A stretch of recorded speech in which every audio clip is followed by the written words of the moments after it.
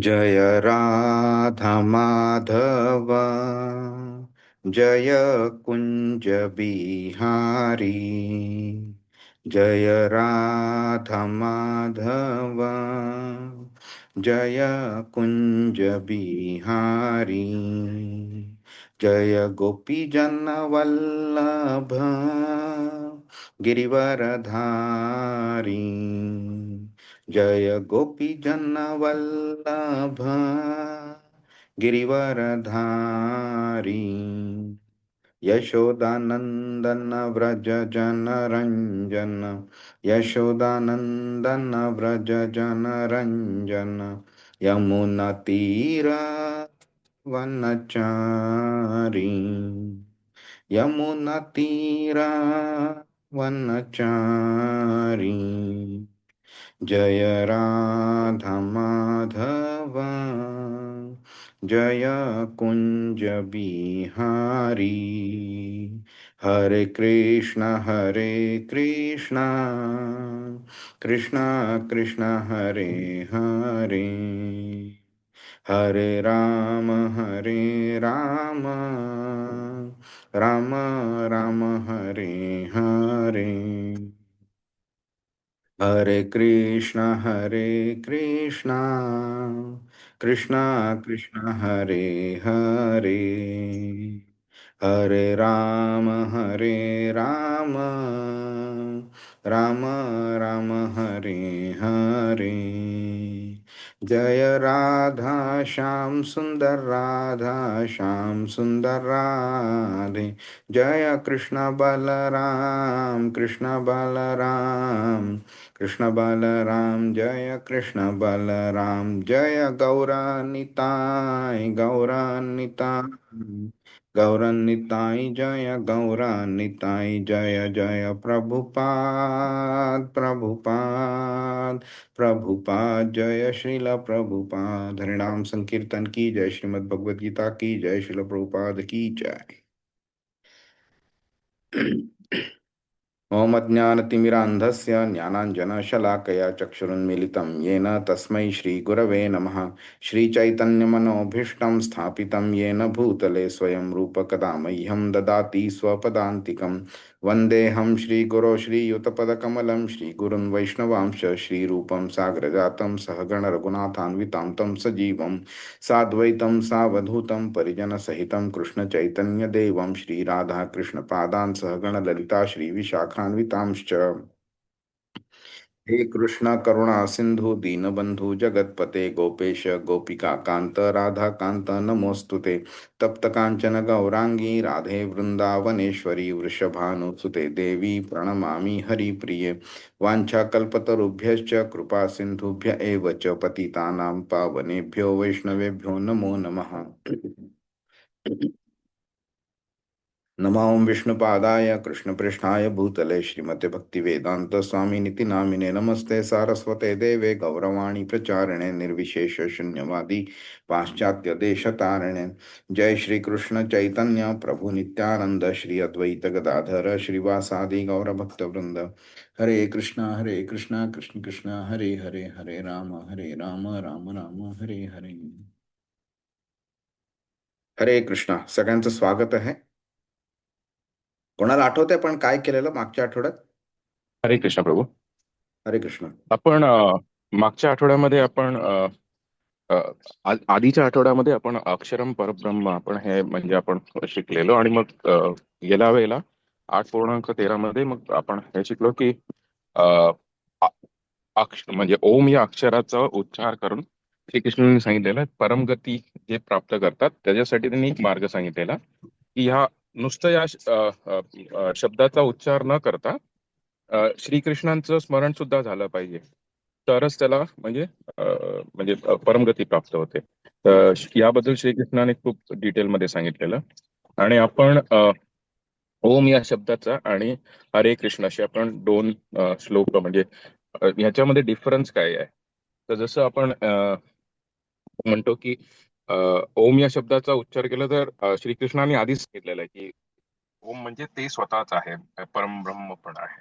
पण त्याच्यामध्ये direct connection श्रीकृष्णाबरोबर नाहीये. पण जेव्हा आपण हरे कृष्ण म्हणतो त्यावेळेला आपण एक डायरेक्ट संबंध त्यांच्याबरोबर प्रस्थापित करतो. तर ह्याचा आपण एक डिफरन्स सुद्धा बघितलेला. आणि अ, अ, म्हणजे जसं म्हणजे म्हणजे मला एक एक्झाम्पल आलेलं की जसं आपण आईला हाक मारतो तर ए आई असा हाक मारतो. आणि समजा आपण ए असा हाक मारला तर ए म्हणजे मुलाला असेल, बायकोला असेल, कोणा दुसऱ्यांना असेल. पण ज्यावेळेला आई हा शब्द त्याच्याबरोबर लागतो तेव्हा त्याला एक महत्व प्राप्त होतं. तर म्हणजे मी असं समजलेलं की श्रीकृष्णाला जर डायरेक्टली बोलायचंच आहे तर श्रीकृष्णाशीच डायरेक्ट बोला. ए असं करून म्हणजे दुसऱ्या प्रतिनिधीकडून जाण्यापेक्षा आपण स्वतः भक्त स्वतः श्रीकृष्णाची संबंध प्रस्थापित करतात. खूप छान. तर हे खूप आपण शिकलो. छान. अजून एक महत्वाचा डिफरन्स होता ओम चॅन्टिंग करण्यामध्ये आणि हरे कृष्ण चॅन्टिंग करण्यामध्ये. अ, कोण सांगू शकेल? म्हणजे ओम चॅन्टिंग केल्यानंतर व्यक्तीला कोणत्या प्रकारची मुक्ती मिळते आणि जर का त्यांनी हरे कृष्ण महामंत्राचं चॅन्टिंग केलं तर कोणत्या प्रकारची मुक्ती मिळते? नाही आठवत?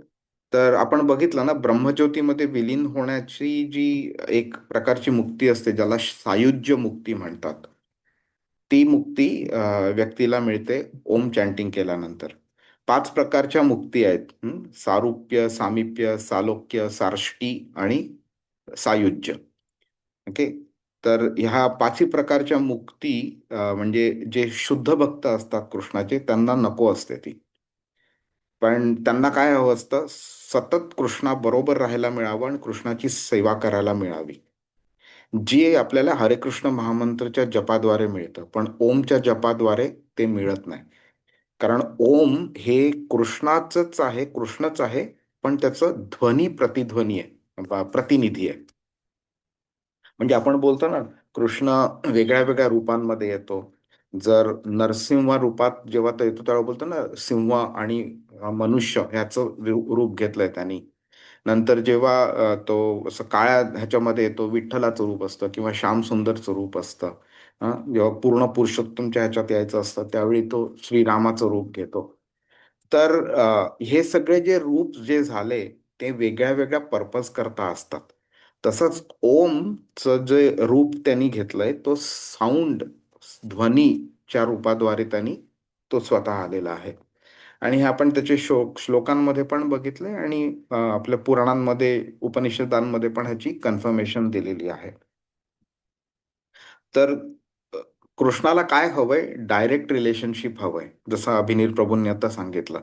त्या डायरेक्ट रिलेशनशिपमधनं त्याला आपल्याशी इंटरॅक्ट करायला जास्ती आवडतं.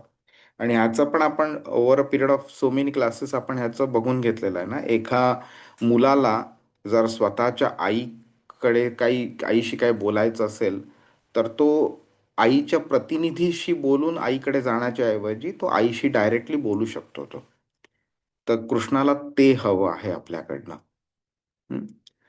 हरे कृष्ण. कोणाला काही प्रश्न आहे मागच्या क्लासमधनं निर्माण झालेला? नाही? चला मग आज आपण बघणार आहोत 14वा श्लोक. 8व्या अध्यायामध्ये जे आपण 5, 6 आणि 7 नंबरचे 3 श्लोक बघितले ना, जे खूप महत्वाचे होते, तेवढ्याच महत्वाचा हा आजचा श्लोक पण आहे. त्यामुळे ह्याच्यावरती बोलायला पण भरपूर आहे. पण सगळं मी जर एका ह्याच्यात नाही कंप्लीट करू शकलो तर मग मी थोडं फास्ट जायचा प्रयत्न करेन मी. हं? तर आपण 14वा श्लोक म्हणूया सगळे एकत्र. अनन्यचेतः सततं यो मां स्मरति नित्यशः तस्याहं सुलभः पार्थ नित्ययुक्तस्य योगिनः. अनुवाद. हरे कृष्ण. हे पार्था, जो अनन्य भावाने विलीन होता विचलित सतत न माझे होता. अं, विचलित न होता. विचलित न होता सतत माझे स्मरण करतो, त्याला प्राप्त होण्यास मी सुलभ असतो. कारण जो निरंतर भक्तियोगात स्मरणात झालेला असतो. कारण तो निरंतर भक्तियोगात रममाण झालेला असतो. हरे कृष्ण. तर आता कृष्णाने काय सांगितलं इकडे? ओके. आपल्याला आठवत असेल आधीच्या काही श्लोकांमध्ये कृष्ण परमाम गतींबद्दल बोललेला.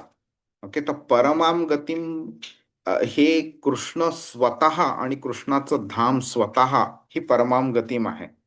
तर आधी त्यांनी म्हणजे परमाम गतीम एक्झॅक्टली काय आहे हे तेवढंच परफेक्टली असं क्लॅरिफाय नव्हतं केलेलं, असे हिंट्स दिलेल्या त्यांनी.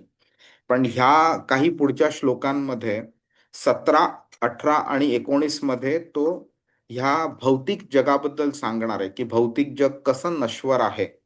हा. आणि 20, 21 आणि 22 ह्या श्लोकांमध्ये तो स्वतःच्या धामाबद्दल सांगणार आहे. हं. तर तिकडे ती परमाम गतीम काय आहे ते कन्फर्मेशन मिळेल आपल्याला. पण इकडे तो काय बोलते की त्या परमाम गतीम करता जाण्याकरता तुम्हाला काय करायला पाहिजे, तर तुम्हाला माझं स्मरण करायला पाहिजे. तुम्ही जर ओम चॅन्ट करत बसला आणि माझं स्मरण नाही केलं, तर तुम्हाला माझं जे धाम आहे, जे परमाम गतीम आहे, तिथे तुम्ही कधी येऊ नाही शकणार तुम्ही. त्यामुळे तुम्हाला जर माझ्या धामी यायचं असेल तर तुम्हाला माझं स्मरण केलं पाहिजे. आणि ते स्मरण पण कसं असलं पाहिजे, तर अनन्य चेतः ह्या शब्दाबद्दल आपण बोलू आज जरा.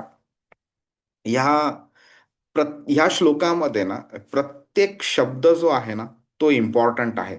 तर आपण तो जरा समजून घ्यायचा प्रयत्न करू आपण.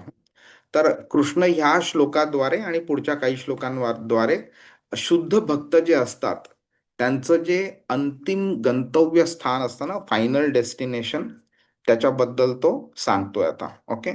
तर जे जे भक्त नित्य, म्हणजे असं नाही की आज केलं आणि उद्या नाही, उद्या कंटाळा आला म्हणून परवा केलं, नंतर मग परत थांबवलं वगैरे, असं नाही. नित्य कॉन्स्टंटली 24 तास प्रत्येक सेकंदाला जे भक्तीमध्ये रममाण झालेले असतात आणि स्मरण करत असतात कृष्णाचं आणि प्रेमयुक्त सेवा करत असतात कृष्णाशी, ते कृष्णाशी कॉन्स्टंटली जोडलेले गेलेले असतात, अशा भक्तांसाठी कृष्ण बोलतो तस्याहम सुलभ पार्थ. ओके. मी सहज प्राप्य होतो. ओके. आता कृष्णा इथे का असं सांगतोय, कारण त्यांनी 9व्या श्लोकापासून एका पर्टिक्युलर टाईप ऑफ भक्तांचं त्यांनी अ, माहिती दिलेली आहे. कोणते भक्त होते ते कोण सांगू शकेल? आपण 9व्या श्लोकापासून 13व्या श्लोकापर्यंत कोणत्या भक्तांच्या बद्दल बोललो आपण? प्रभू जे योगी असतात, अष्टांग योग करतात. बरोबर. तर ते अष्टांग आणि योगी मेडिटेशन करतात. ओके. ध्यान करतात. पण ते ध्यान त्यांचं निराकार जे रूप असतं त्याच्यावरती असतं किंवा परमात्मा स्वरूपावरती असतं. आणि ते ध्यान करता करता ते ओमचा जप पण करतात. पण ते खूप चांगलं असलं तरी कृष्णाने सांगितलंय 13व्या श्लोकामध्ये, आधीच्या श्लोकात आपण बघितलं की ते परफेक्ट नाही आहे. ते परफेक्ट काय आहे की व्याहरण माम अनुस्मरण. चॅन्टिंग करताना जर का तुम्ही कृष्णाचं स्मरण केलं तर त्या बाकी सगळ्या गोष्टीचा फायदा आहे. आणि म्हणून कृष्ण इथे कम्पेअर करतोय की तो जो मार्ग आहे त्याच्या कम्पॅरिझन मध्ये हा जो मार्ग मी तुला सांगितलेला आहे भक्ती योगाचा, माझं स्मरण करत राहणं कंटिन्युअसली, हे जास्ती सिम्पल आहे. आणि त्याच्यामुळे तू हायएस्ट डेस्टिनेशन अचीव पण करशील. म्हणजे तुम्ही आता साधा एक विचार करा की समजा एक व्यक्ती तुमच्याकडे आली आणि तुम्हाला बोलली की बाबा तुम्ही अमुक एका प्रॉपर्टीमध्ये किंवा अमुक एका फिनान्शियल प्रॉडक्टमध्ये इन्व्हेस्ट करा आणि 15 वर्षांनी तुमची इन्व्हेस्टमेंट गॅरंटी देऊन सांगतो मी की ती झिरो होऊन जाईल म्हणून. तर तुम्ही इन्व्हेस्ट कराल का त्याच्यामध्ये, जिकडे तुम्हाला माहिती आहे की तुम्ही 5, 10, 20 लाख रुपये टाकले आणि त्याची व्हॅल्यू झिरो होणार आहे 10 वर्षानंतर, तर तुम्ही नाही टाकणार ना. तर तसंच आहे इकडे. कृष्ण इथे बोलते की तुम्ही जी पद्धत अवलंबली आहे, ओके, सुप्रीम जो देव आहे त्याला प्राप्त करण्याची, कृष्ण बोलते ती पद्धत अपुरी आहे. ती पद्धत मध्ये काय चूक आहे, तर तुम्ही फक्त ओमचा जप करताय, तुम्ही माझं स्मरण करत नाही. म्हणून कृष्ण बोलतो इथे माझं जर स्मरण केलं तुम्ही ओमचा जप करताना, तरच तुम्हाला ह्या गोष्टी पॉसिबल आहेत. आणि जसं आता अभिनीर प्रभू पण बोलत होते की आपण बघितलेलं ओम आणि हरे कृष्ण महामंत्र ह्या दोन पैकी कोणता जप केला पाहिजे त्याच्याबद्दल आपण डिटेलमध्ये मागच्या वेळी बोललेलो. ओमचं जप केल्याचे फायदे काय आहेत आणि लिमिटेशन्स काय आहेत आपण ते बघितलेलं. आणि हरे कृष्ण महामंत्रचा जप करण्यामध्ये सगळे फायदे काय आहेत ते पण आपण बघून घेतलं.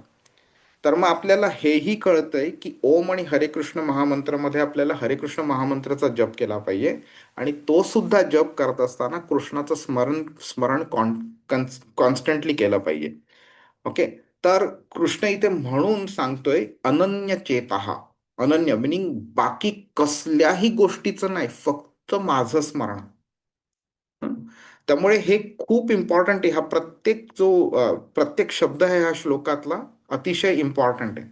तर कृष्णाने काय केलंय, 7व्या अध्यायाच्या 16व्या श्लोकामध्ये कृष्णाने 4 भक्तांचं त्यांनी वर्णन केलेलं. सुकृतीनं त्यांनी बोललेलं की पुण्यवंत व्यक्ती आहेत ते.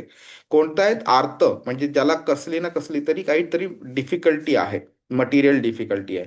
जिज्ञासू, म्हणजे ज्याला काही जिज्ञासा आहे भगवंताबद्दल जाणून घेण्याची. अर्थार्थी, म्हणजे ज्याला पैसा हवाय भगवंताकडनं. आणि ज्ञानार्थी, म्हणजे जो ज्ञान हवंय त्याला डिटेलमध्ये. किंवा ज्याला ज्ञान आहे सुद्धा आणि अजून जास्ती हवंय. तर भक्तीची सुरुवात म्हणून ह्या 4 लोकांच्या बद्दल आपण कौतुक करू शकतो. हा, आधी कृष्णाने दुष्कृतीनाबद्दल सांगितलं 15व्या श्लोकामध्ये, त्यामुळे त्यांच्या कंपॅरिझन मध्ये हे सुकृतीनं चांगले आहेत म्हणून, बरोबर आहे. पण ते सुद्धा परफेक्ट नाही आहेत. ते का परफेक्ट नाहीये? तर त्यांचं कृष्णाकडे येण्यामागे एक कोणता तरी हेतू आहे. आणि भक्तीची परिभाषा काय आहे आपण बघितलेलं, अन्याभिलाषिता शून्यम. कसलीही अभिलाषा न करता केलेलं प्रेम म्हणजे भक्ती. कसलीही अभिलाषा न करता केलेली सेवा म्हणजे भक्ती. जर का तुमची काहीही अभिलाषा असेल तर त्याच्या मागे तुमचा स्वार्थ दडलेला आहे. आणि स्वार्थ हेतूने केलेली कोणतीही गोष्ट प्रेम किंवा भक्ती असू शकत नाही. त्यामुळे कृष्ण इथे सांगतोय की हे सगळे जे आहेत, अर्थ, जिज्ञासू, अर्थार्थी, ज्ञानी वगैरे, ह्यांच्या मागे एक काहीतरी दडलेलं आहे, एक स्वार्थ दडलेला आहे. तो कर्मयोग असावा किंवा ज्ञानयोग असेल किंवा हठयोग म्हणजे अष्टांग योग असेल. कोणताही योग असला तरी कृष्णा बोलते की ज्याच्यामध्ये भक्ती नाहीये, ज्याच्यामध्ये कृष्ण केंद्रात नाहीये, सेंटरमध्ये कृष्ण जर नाहीये, तर तुम्ही हे अनन्य चेताची जी रिक्वायरमेंट आहे ती फुलफिल नाही करू शकणार. हे तुम्हाला म्हणजे हळूहळू तुम्हाला तुमची भक्तीमध्ये उन्नती होत राहील तुमची. पण तुम्ही हायेस्ट स्टेजला तेव्हाच पोहोचू शकाल जेव्हा ती अनन्य चेता असेल ते. ओके. त्यामुळे हा श्लोक जो आहे हा शुद्ध भक्तीचा गौरव करतोय हा.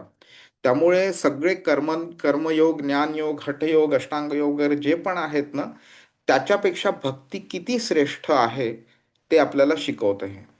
ठीक आहे.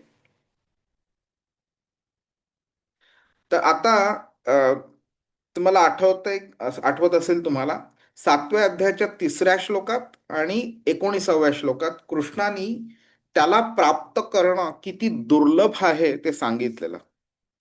पण सडनली ह्या श्लोकामध्ये तो बोलतो मी सहज प्राप्त होतो. तर हे कसा डिफरन्स झाला आणि हे का झालंय हे, तर ते जर आपण बघून घेऊया. ठीक आहे. तर तो श्लोक काय, मनुष्याणाम सहस्रेषु कश्चित यतति सिद्धे यततामपि सिद्धानाम कश्चिन माम वेत्ति तत्वतः. कश्चिन कश्चिन कश्चिन बोलतोय तो. ओके. तर त्याच्यामध्ये तो रेअरिटी आपल्याला दाखवून देतोय, दुर्लभता किती आहे ते. तर नंतरच्या श्लोकामध्ये 19व्या श्लोकामध्ये तो सांगतो बहुनाम जन्म नामंते. बहुनाम म्हणजे बऱ्याच बऱ्याच जन्मानंतर ज्ञानवानमाम प्रपद्यते, एखादी ज्ञानी व्यक्ती मला शेवटी सरेंडर करते. आणि त्यावेळी त्याला कळतं की वासुदेव सर्वमिती, वासुदेवा व्यतिरिक्त काहीही नाहीये, वासुदेव सर्व आहे. स महात्मा सुदुर्लभ. असा महात्मा सुदुर्लभ, नुसता दुर्लभच नाही तर सुदुर्लभ, खूप दुर्लभ आहे म्हणून. आणि कृष्ण इथे म्हणजे सूचित करतोय ह्याच्यामुळे की त्याच्यापर्यंत पोचणं, त्याची सर्वोच्चता जाणणं, त्याची भक्ती करणं, निष्काम भक्ती करणं, हे सहज साध्य होत नाही म्हणून. हे गंभीर साधकांना सुद्धा कठीण आहे. ठीक आहे. पण इथे तो बोलतोय काय की सुलभ, मी सहज प्राप्त होतो. आता हे ज्ञान आणि हे तपस्या जी आहे ही कठीण मार्गापासून आपल्याला पुढे पुढे नेते आणि एकदम सुलभ मार्गाकडे आणून सोडते. त्याचं कारण फक्त एवढंच आहे, कारण ती व्यक्ती संपूर्णपणे शुद्ध भक्ती कृष्णाकडे करत असते. आणि जेव्हा ही शुद्ध भक्ती असते त्यावेळी कृष्ण स्वतः आपला हात धरलेला असतो त्यांनी.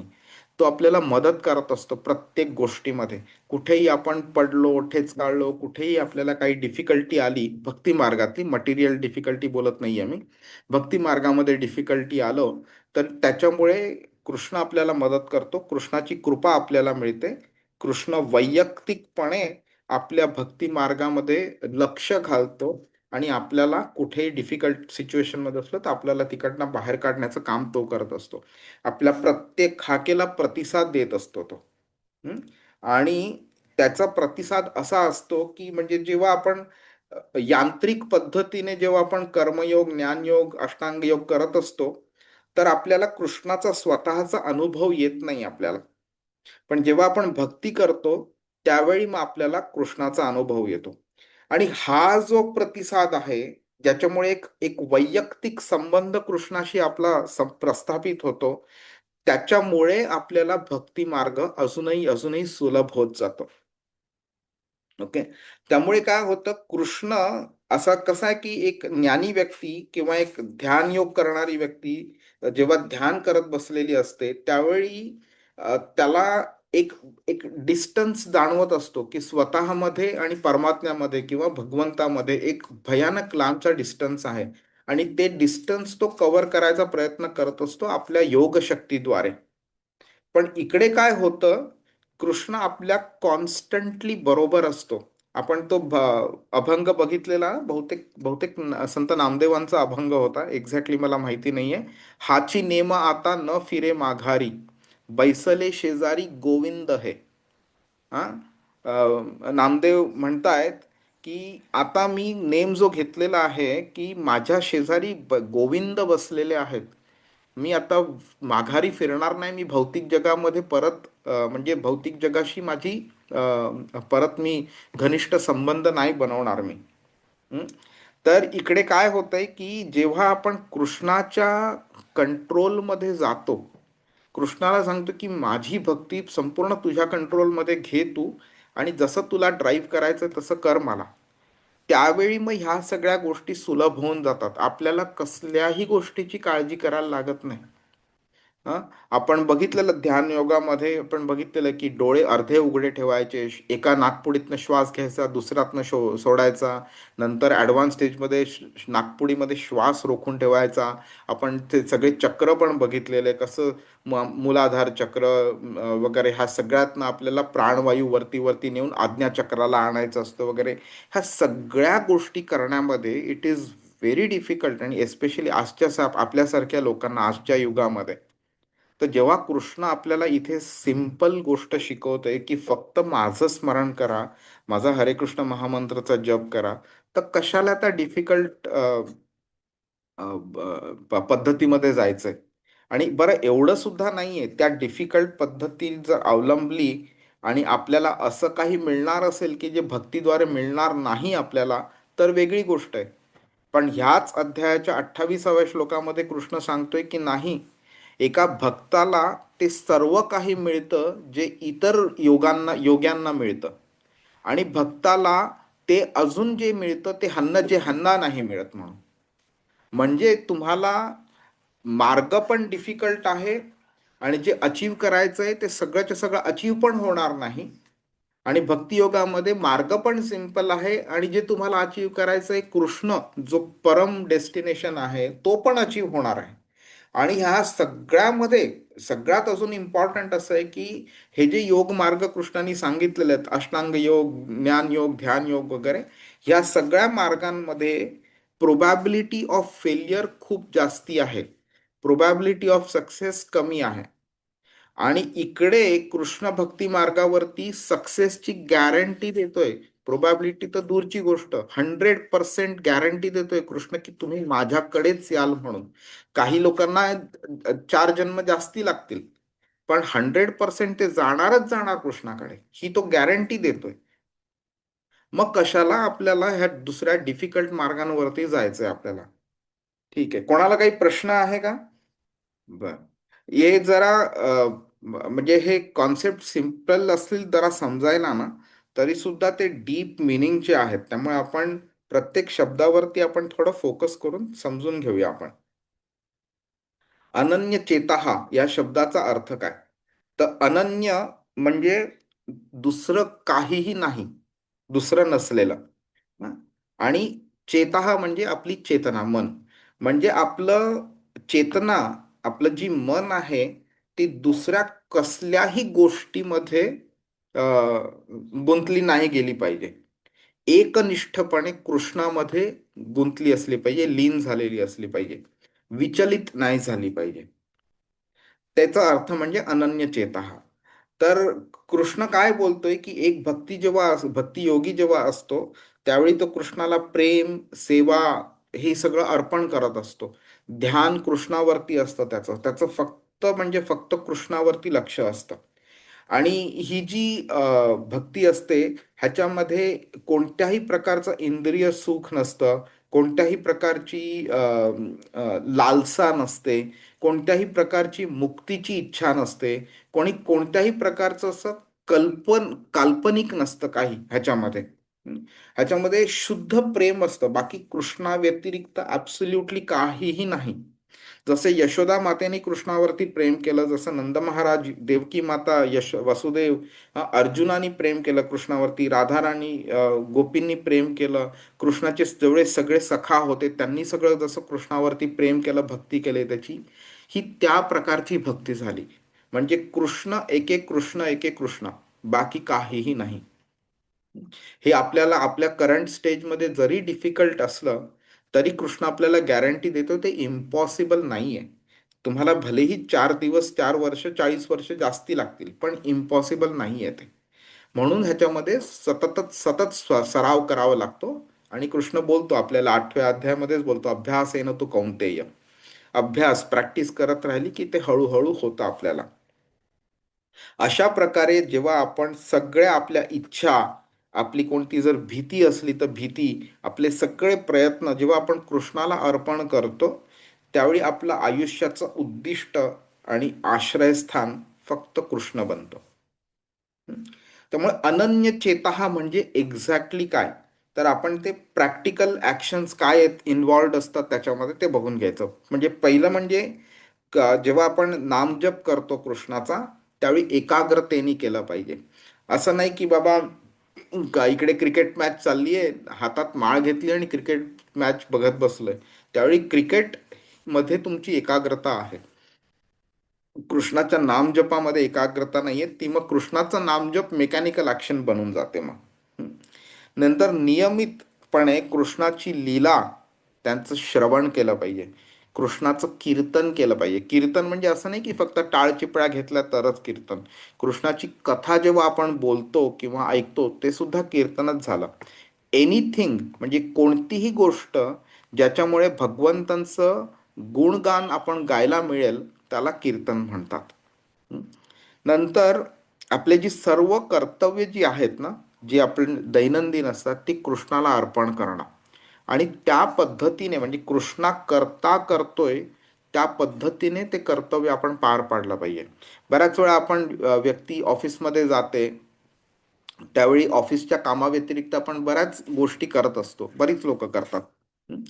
तर त्या गोष्टी केल्यावरती आपण काय करतोय, आपण आपली जी ऑफिसला, कंपनीला जी डेडिकेट करायची वेळ आहे ती कमी करतो आपण. म्हणजे आपण काम तरी कमी करतो, किंवा तेवढंच काम संपवायला आपण मग एक्स्ट्रा वेळ ऑफिसमध्ये बसतो. म्हणजे काय झालं की जो 1-2 तास तुम्ही जे इतर गप्पांमध्ये वेळ घालवला, तो जर का तुम्ही कृष्णाकरता घातला असता, जर का स्वतःचं काम वेळेत संपून वेळेवरती निघून लवकर घरी येऊन जर का कृष्णाची भक्ती करायला मिळाली असती, तर त्याचा जास्ती फायदा झाला असता.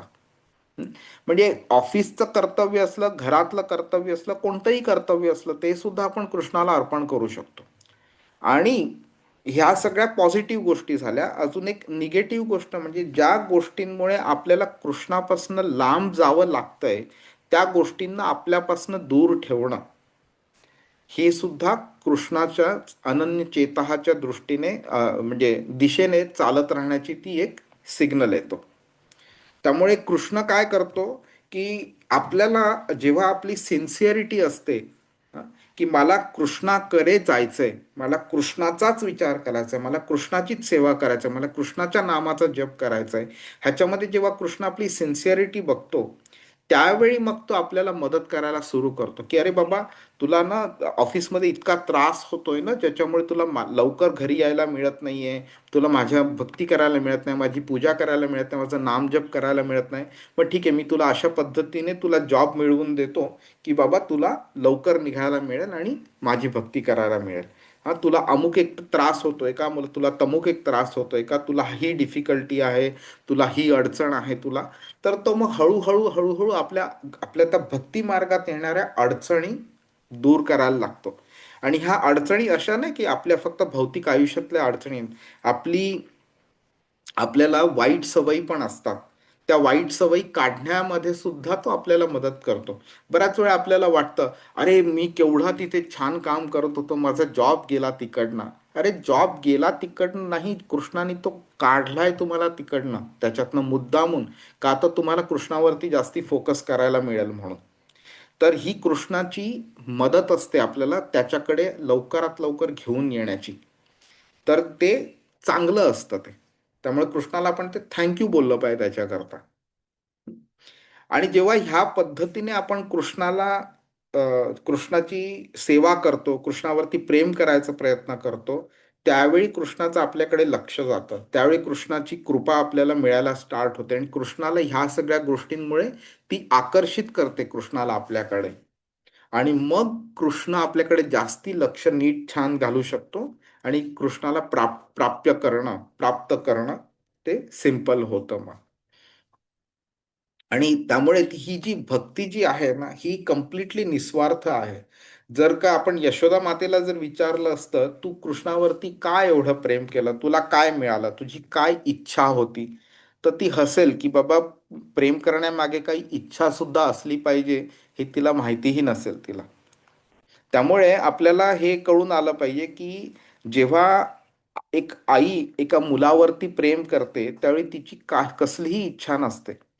तरी सुद्धा आपल्याला आता या भौतिक जगामध्ये असे उदाहरणं दिसतात, जिकडे आई मुलावरती काही अपेक्षा ठेवून प्रेम करेल, किंवा आई, हल्ली आपण बघतो सुद्धा, मूल झाल्या झाल्या कचऱ्याच्या पेटीत टाकलेल्या आयांची उदाहरणं पण पेपरमध्ये आपल्याला वाचायला मिळतात.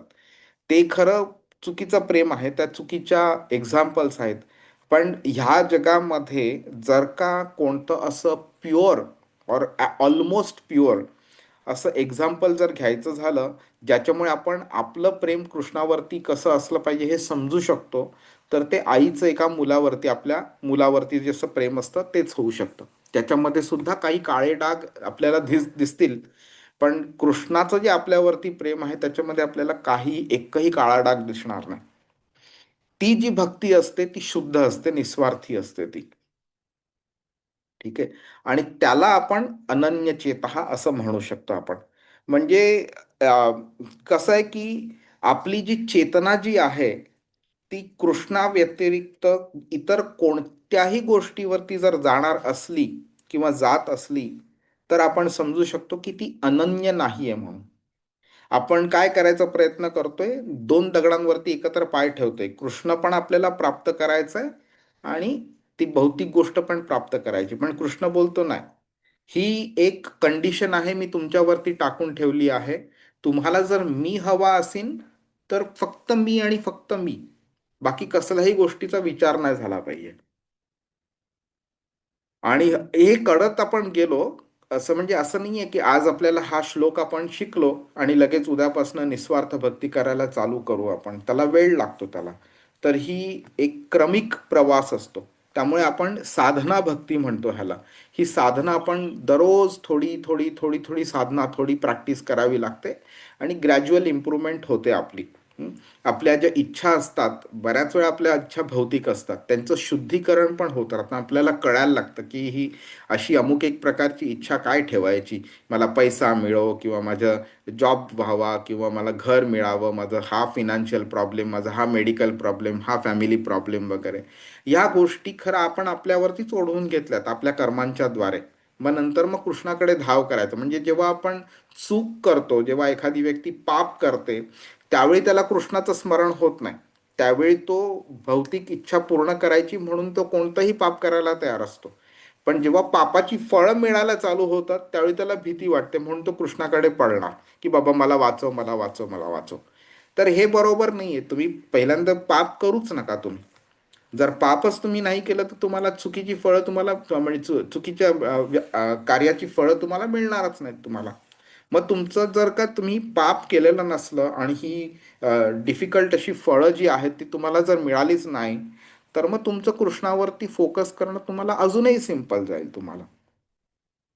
त्यामुळे अ, जेव्हा भौतिक इच्छा निर्माण होते त्यावेळी त्या ती इच्छा पूर्ती करण्याकरता तुमच्याकडे दोन ऑप्शन्स असतात. इधर तुम्ही चांगल्या मार्गाने ती प्राप्त करा किंवा वाईट मार्गाने प्राप्त करा. चांगल्या मार्गाने प्राप्त करण्याकरता तुम्हाला पुण्य करावं लागणार, वाईट मार्गाने प्राप्त करण्याकरता तुम्हाला पाप करावं लागणार. तर कमीत कमी पाप तरी करू नका. जरी पुण्य तुम्हाला करायची इच्छा असली आणि अवॉइड नाही करू शकलात तरी कमीत कमी पाप तरी करू नका. कारण पाप केल्याने जेव्हा पापाची फळं लागतात आपल्याला त्यावेळी आपलं कृष्णावरती जी ध्यान असतं, जे मन असतं आपलं, ते अजून फास्ट एकदम कृष्णापासून लांब जातं आपलं. हरे कृष्णा. कोणाला काही प्रश्न आहे का? नाही? ठीक आहे. नाही. ओके. तर सतत हा शब्द कृष्णाने इथे लागलाय. सततम म्हणजे त्यांनी खरे तीन शब्द वापरलेत. हं? अनन्य चेतः सततम योमाम स्मरती नित्यशः तस्याहम सुलभार्थ नित्ययुक्तस्य योगिन. म्हणजे सततम हा शब्द वापरलाय, नित्यशः हा शब्द वापरलाय आणि नित्य हा शब्द वापरलाय. आता सगळ्यांचा अर्थ तुम्ही बघितला तर मोर ऑर लेस तो सेमच आहे की कंटिन्युअस, कॉन्स्टंट, कन्सिस्टंट, हा, विदाउट अ सिंगल डिव्हिएशन. आता जेव्हा हा तीन तीन वेळा शब्द वापरतोय कृष्ण त्यावेळी त्याला खरा काही इम्पॉर्टंट मेसेज द्यायचा आहे ना, तर ह्या सतत ह्या शब्दाचा अर्थ आणि त्याच्याद्वारे कृष्ण आपल्याला काय सांगायचा प्रयत्न करतोय ते आपण बघूया आता. तर आपण जी भक्ती करतो, आपल्या मनात विचार येतात, आपण त्याच्या बेसिसवरती काही कृती करतो आपण, तर ती आपल्याला म्हणजे अनन्य चेतः किती कोणत्या स्टेजला आहोत आपण ते समजू शकतो आपण. हं.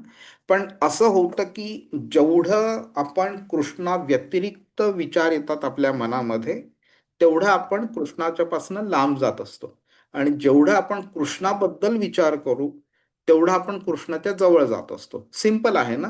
एक दोरी आहे, ती दोरी कोणत्या बाजूला जास्ती ओढली जाते, कृष्णाकडे ओढली गेली तर ती आपण कृष्णाकडे जाणार. ती जर भौतिक गोष्टींकडे ओढली गेली तर आपण तिकडे जाणार आपण. तर आपल्याला काय करायचं असतं की जास्तीत जास्ती कृष्णाप्रती विचार असले पाहिजेत, भक्तीप्रती आणि कृष्णाच्या सेवेप्रती विचार असले पाहिजेत. आणि जे पण विचार आपल्याला कृष्णाच्या विरुद्ध दिशेला घेऊन जातील ते कमी कमी कमी कमी करत जाणार. आता हे केल्याने काय होणार आहे की जेवढे तुमच्या मनामध्ये कृष्णाचे जास्ती विचार तेवढं 24 तासच्या दृष्टीने जर आपण बघितलं तर 24 तासामध्ये तुम्ही आधी म्हणजे समजा भगवद्गीता शिकण्याआधी तुम्ही दिवसातनं म्हणजे फक्त 5 मिनिटं विचार करत असाल.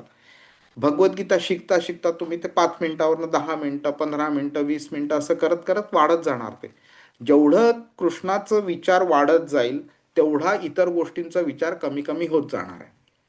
आणि जेवढा तो जास्तीत जास्ती वाढत जाईल तेवढा ते सततच्या दृष्टीने त्याची कूच होत राहणार आहे त्याची. म्हणजे काय, तर एक वेळ अशी येईल की 24 तास व्यक्ती कृष्णाचाच विचार करेल. तो ना स्वतःच्या शरीराचा विचार करेल, ना पैशाचा, ना कसला काही विचार नाही करणार. तो फक्त कृष्णाचा विचार करेल. आणि ही जेव्हा आपण ह्याच्याकरता प्रयत्न करत राहतो, हा, एखादी व्यक्ती काय असतं की 24 तास कृष्णाचं अजून स्मरण त्या स्टेजला पोचलेलं नाहीये, पण तो म्हणजे काय म्हणतात, जी एक प्रामाणिक इच्छा आहे त्याची ती करायची. जेव्हा त्याच्या मनात इतर गोष्टीचे विचार येतात, त्यावेळी तो जेवढा शक्य तेवढा लवकर तो ते काढून टाकतो आणि ते मन परत कृष्णावरती आणून ठेवतो तो.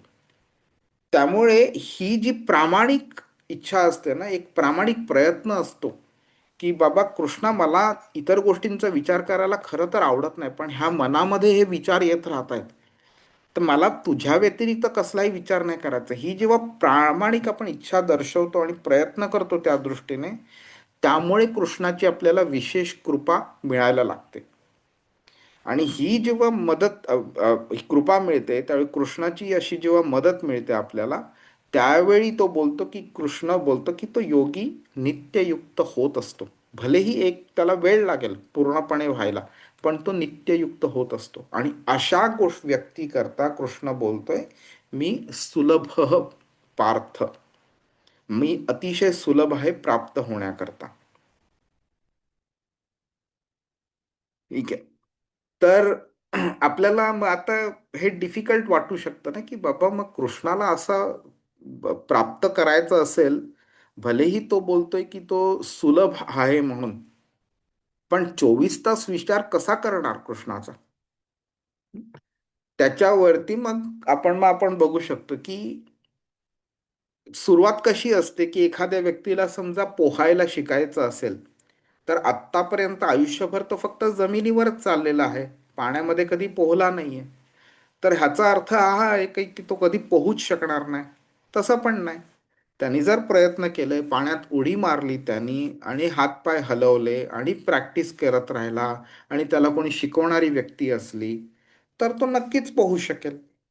तर आज आपल्याला काय दिसतंय, आपल्याला माउंट एव्हरेस्ट सारखा मोठा माउंटन दिसतो आपल्याला आणि आपल्याला जाणवते की त्याच्यावरती चढायचं आपल्याला, त्या शिखरावरती. म्हणून आपल्याला ते डिफिकल्ट वाटतंय. का तर आपण अतिशय बेस कॅम्पला आहोत आता.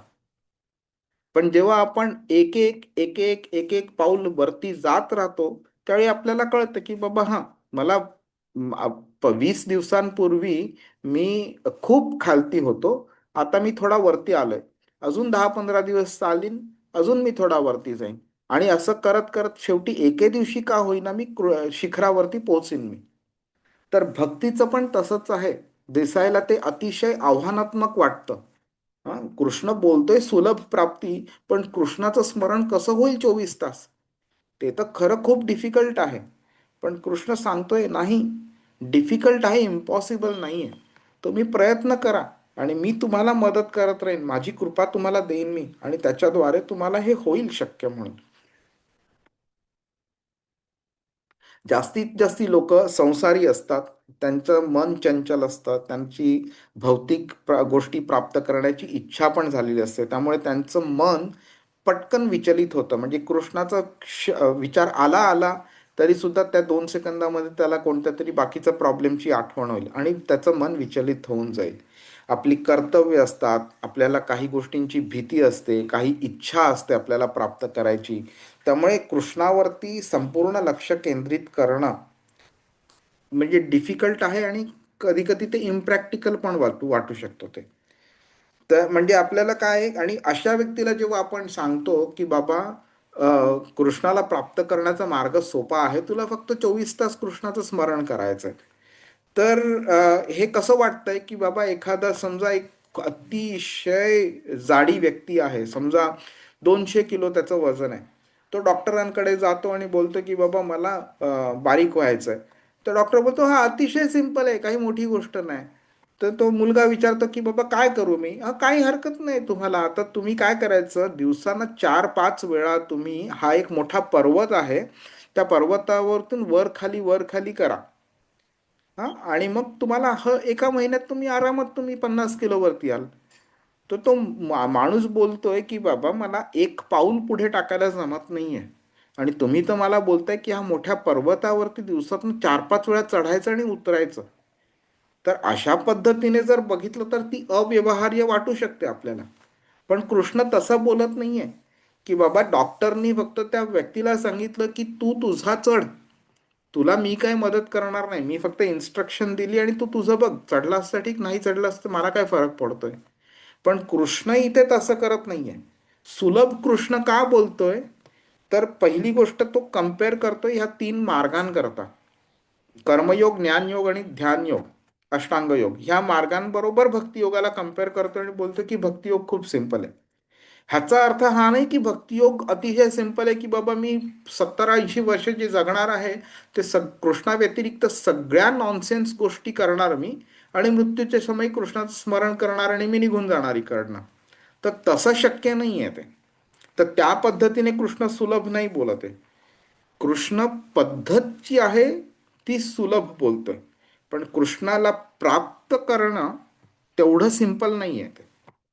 भक्तियोग सिंपल वाटत असेल, कारण काय, कृष्णाचं फक्त स्मरण करायचं, दिसायला ती सिंपल वाटते ती, पण त्या ती इन्स्ट्रक्शनचं पालन करणं तेवढं ते सिंपल नाही आहे ते. हं?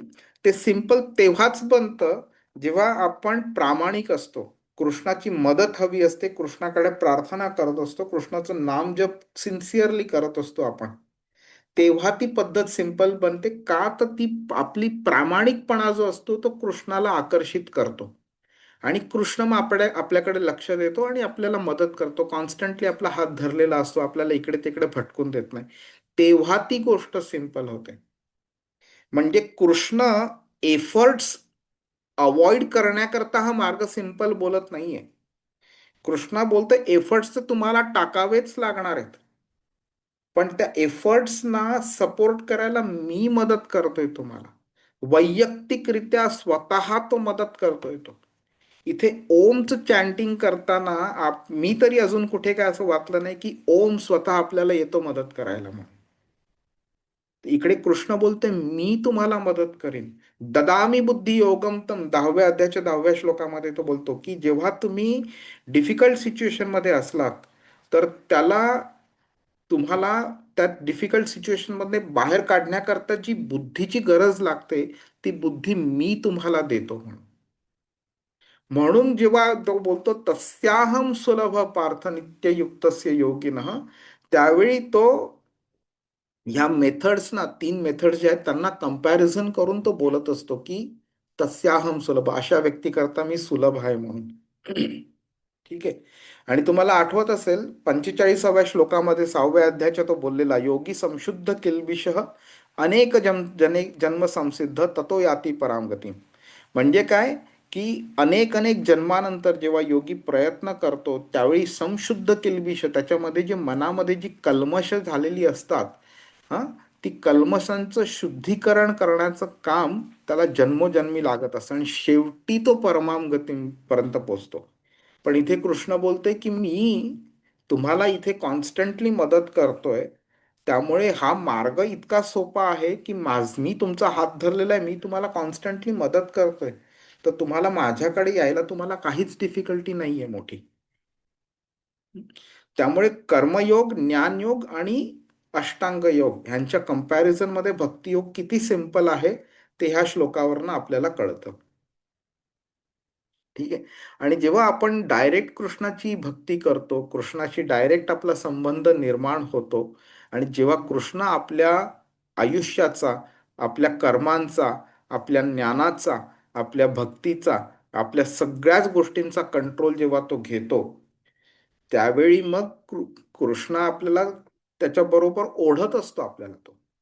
मग ही गोष्ट अतिशय सिंपल पडून जाते. आपल्याला काय करायचंय, फक्त कृष्णाचा हात धरायचाय आणि चालत राहायचंय. तो जिकडे चालवत नेईल, जसा चालवत नेईल आपण फक्त तसं चालत राहायचंय आपल्याला. बाकी काय करायचंय आपल्याला. त्यामुळे कितीही मार्ग भक्तीचा कठीण जरी वाटला सुरुवातीला, तरी आपल्याला समजलं पाहिजे की तो ऍक्च्युली सोपा आहे, कारण कृष्णाने आपला हात धरलेला आहे. 9व्या अध्यायाच्या 22व्या श्लोकामध्ये कृष्ण बोलतो अनन्याश्चिंतयन्तो माम ये जनः पर्युपासते तेषां नित्याभियुक्तानां योगक्षेमं वहाम्यहम.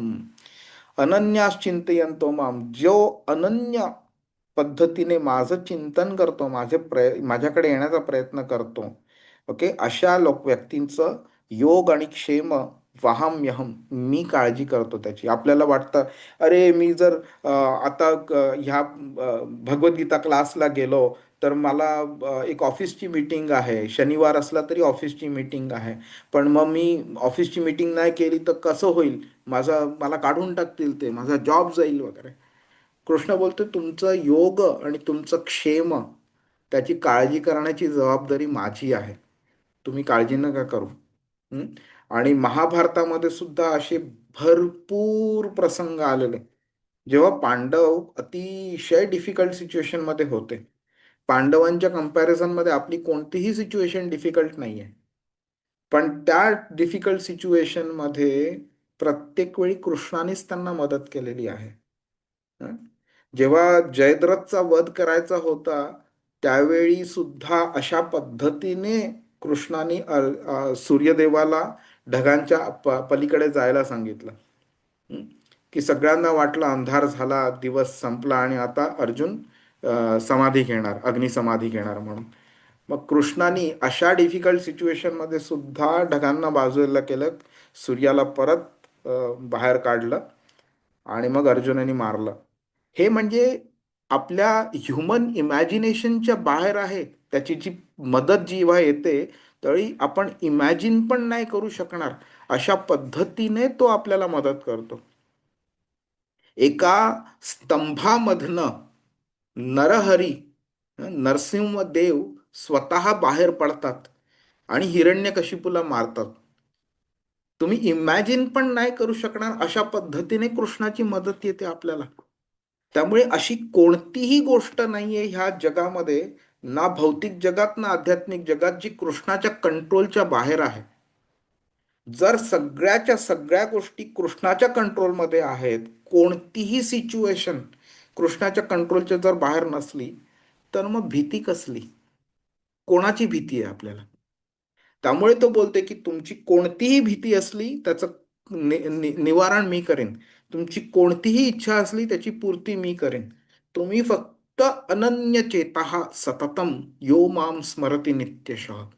फक्त माझ्या व्यतिरिक्त कोणत्याही गोष्टीची चिंता करू नका, माझे चिंतन करू नका आणि माझं सतत चिंतन करा तुम्ही. अशा वेळी तुम्ही कराल तर योगक्षेमम वहाम्यहम, मी सगळ्या गोष्टींची काळजी करेन. हे आपण बोललेलो त्यामुळे मी जरा हे स्किप करीन. जेव्हा ब्रह्मज्योतीवरती व्यक्ती फोकस करते, ध्यान करते, तर त्याच्या कंपॅरिझनमध्ये कृष्णावरती फोकस करणं, कृष्णाचं ध्यान करणं खूप सिम्पल पण आहे आणि जास्ती चांगलं पण आहे. तर एखादी निराकार अशी गोष्ट असली, ज्या ज्या अशा गोष्टीला आपण कधी बघितलं नाही, ती कशी आहे हे आपल्याला माहिती नाही, तर ज्याला रूप नाही, ज्याला गुण नाहीये, जे अप्रकट आहेत, त्याला त्याच्यावरती फोकस करणं आपल्यासारख्या व्यक्तींना खूप डिफिकल्ट आहे. त्यामुळेच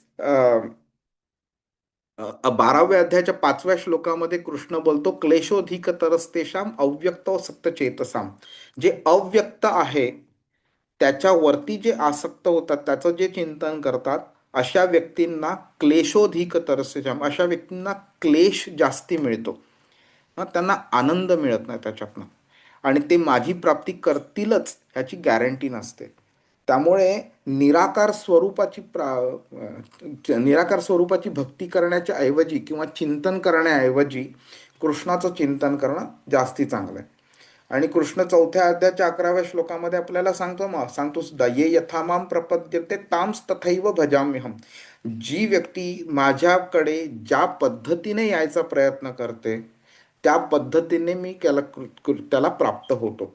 जी व्यक्ती माझ्याकरता ज्या पद्धतीने भक्ती करते त्या त्या पद्धतीने मी त्याला रिवॉर्ड करतो. एखादी व्यक्तीला कृष्णाकडनं जर पैसा हवाय तर कृष्ण त्याला फक्त पैसा देतो.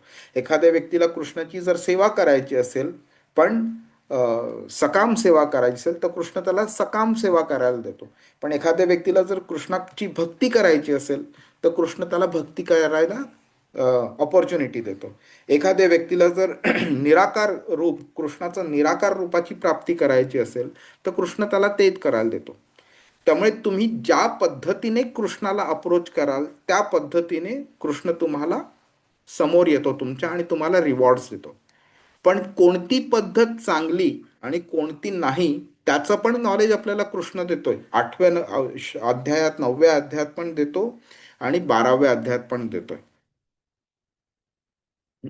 हे आता आपण बोललो क्लेशोधिक तरस्ते श्याम बद्दल.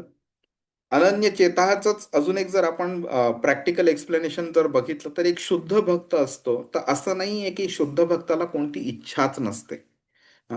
शुद्ध भक्ताच्या इच्छा ज्या असतात त्या फक्त कृष्णाप्रती असतात, की कृष्णाला आज मला छान बदामाचा शिरा करून खायला घालायचं आहे, की कृष्णाकरता मी आज हे करीन, हा कृष्णाकरता ते करीन, आज कृष्णाला वेगळे नवीन कपडे घालीन, आज कृष्णाला मी पंचामृतचा अभिषेक घालीन.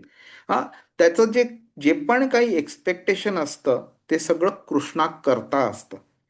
असे नसते की बाबा हा आज मला गुलाबजाम खायची इच्छा झाली आहे, हा म्हणून ठीक आहे चल आज कृष्णा तुला मी गुलाबजाम देईन, का तर मला खायची इच्छा झाली आहे म्हणून. तर कृष्ण गुलाबजाम तुम्ही जर ऑफर केला तर त्याला नाही बोलणार नाही, तो तो घेईल तुमच्याकडनं. पण जर का तुम्ही त्याला विचारलं ह्या अशी प्रकारच्या भक्तीने तू माझ्या प्रती खुश असशील का, तुला आवडेल का, तर कृष्ण बोलतो नाही, ही अनन्य चेता नाहीये.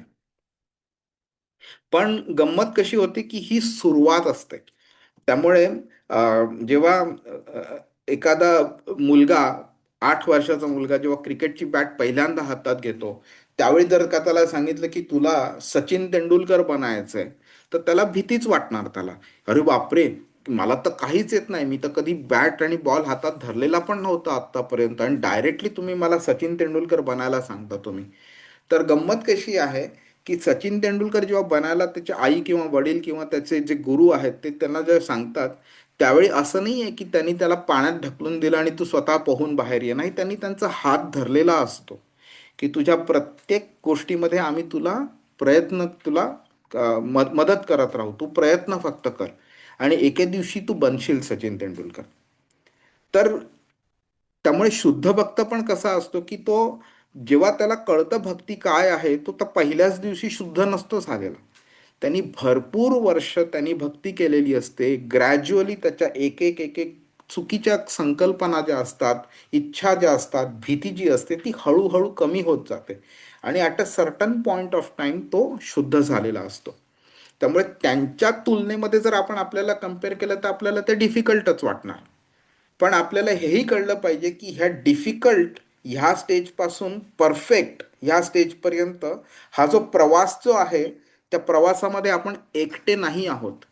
आपल्याबरोबर एक व्यक्ती आहे जी आपला हात कधी सोडणार नाही, आणि तो म्हणजे कृष्ण. आणि आपण आपलं संपूर्ण जे इच्छा आहे, भीती आहे, ती सगळी त्याच्या चरणी अर्पण करावी.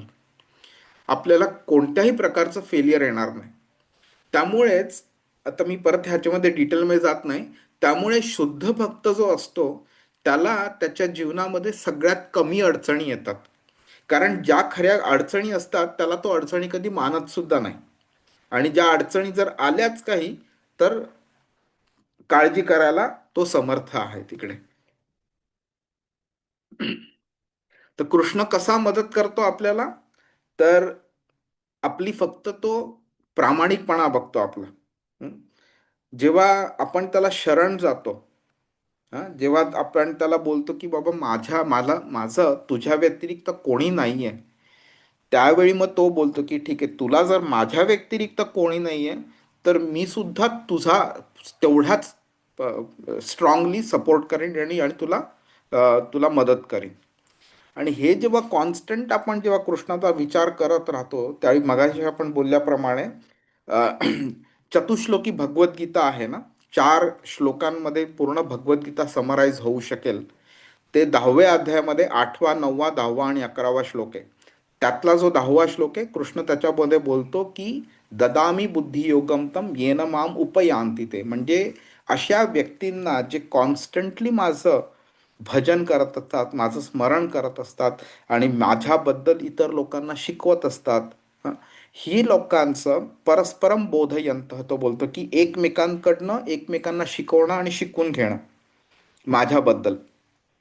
तर अशा लोकांना ददामी बुद्धी योगमतम, मी त्यांना ती बुद्धी देतो ज्याच्यामुळे ते माझ्यापर्यंत येऊ शकतात. ओके.